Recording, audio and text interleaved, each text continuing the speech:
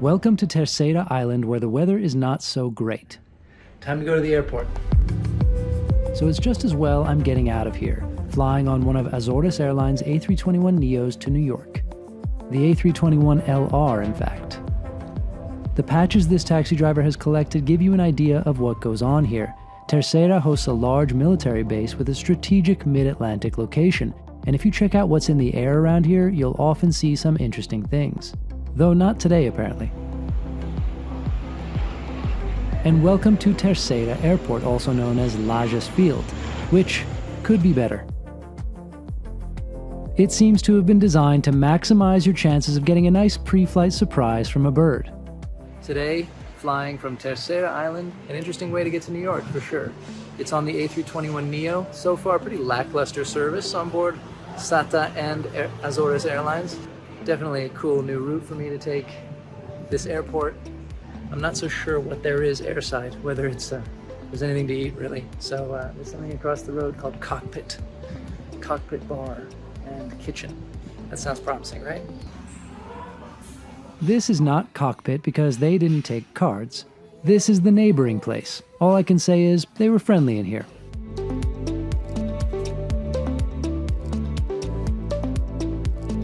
That's one way to line up for boarding. You can't miss the New York gate. Not much else going on here anyway. And there's our aircraft. But for some reason we have to take a bus the 100 feet over to the plane.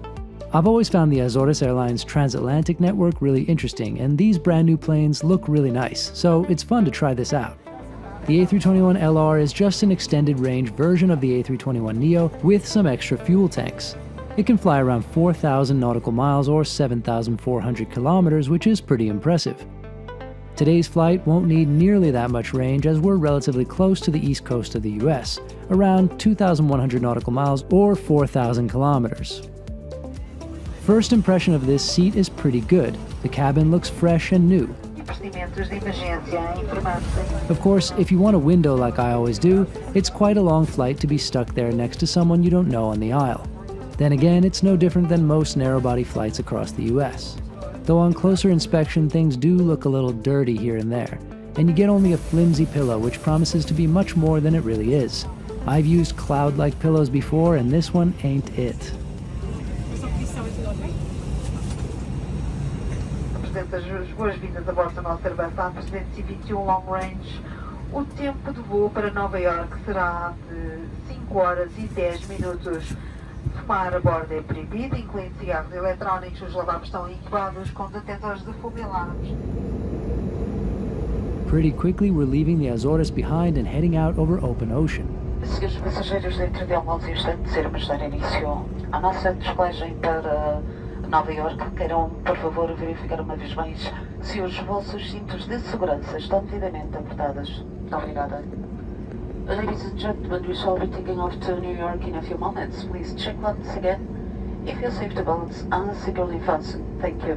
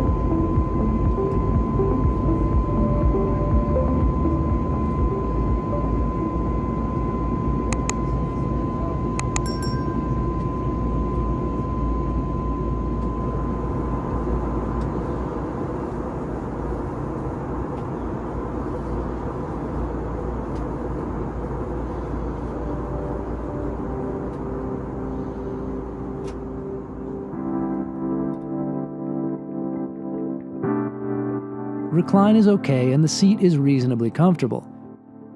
There's a footrest which is vaguely useful. Fabrics used here are really nice. Here's the flimsy blanket and a little storage nook which looks like it would be really easy to forget something in. And over here is the tray table which does its job.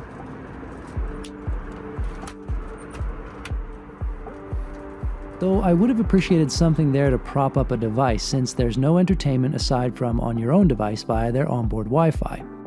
And I gather they do usually offer internet connection as part of this, but I couldn't find the option on mine. That brings me to another important thing missing here. They have no power available at these seats. And they explicitly state you're not allowed to use power banks at all during the flight. So you'd better make sure you board with a full charge, and if you have an old device, you're going to be out of luck. Service starts off an hour and 10 minutes after takeoff with a tiny bag of Azorean mixed nuts and drinks. In my case, a standard gin and tonic and some nice local sparkling water.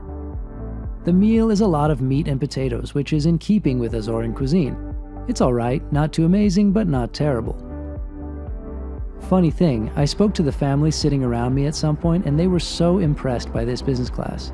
It turns out they'd been upgraded at the last minute, so it really shows it depends on your perspective. But for a frequent flyer, I'd say this is adequate, but I wouldn't want to fly too much more than 5 hours on it. No further drinks or anything else was offered after the initial service. The service in general was okay, but only just. The experience was mostly forgettable.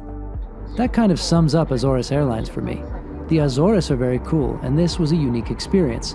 Plus, you can find really low fares using the Azores as a connection point going transatlantic. Will I use it again as a way to cross the ocean? Probably not.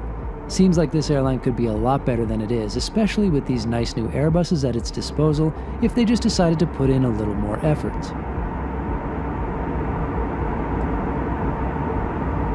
I watched some shows on my phone and it's not long before land comes into view.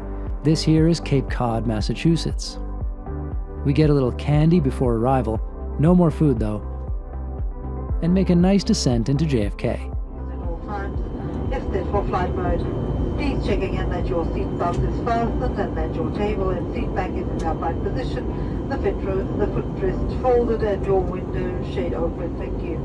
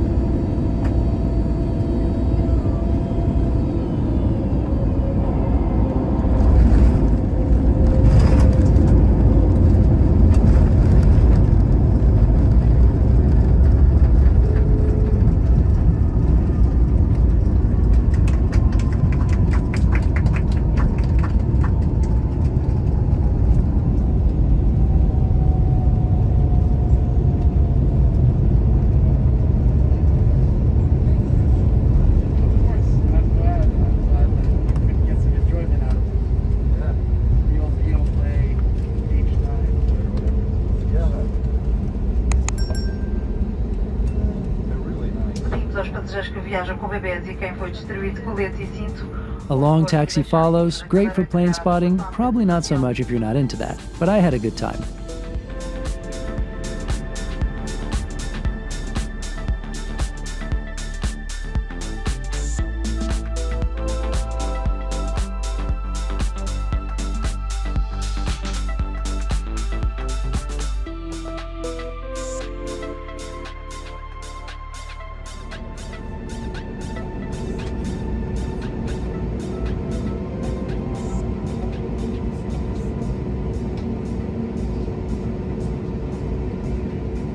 Thanks for coming along. For Flight Radar 24 in New York, I'm Gabriel Lee.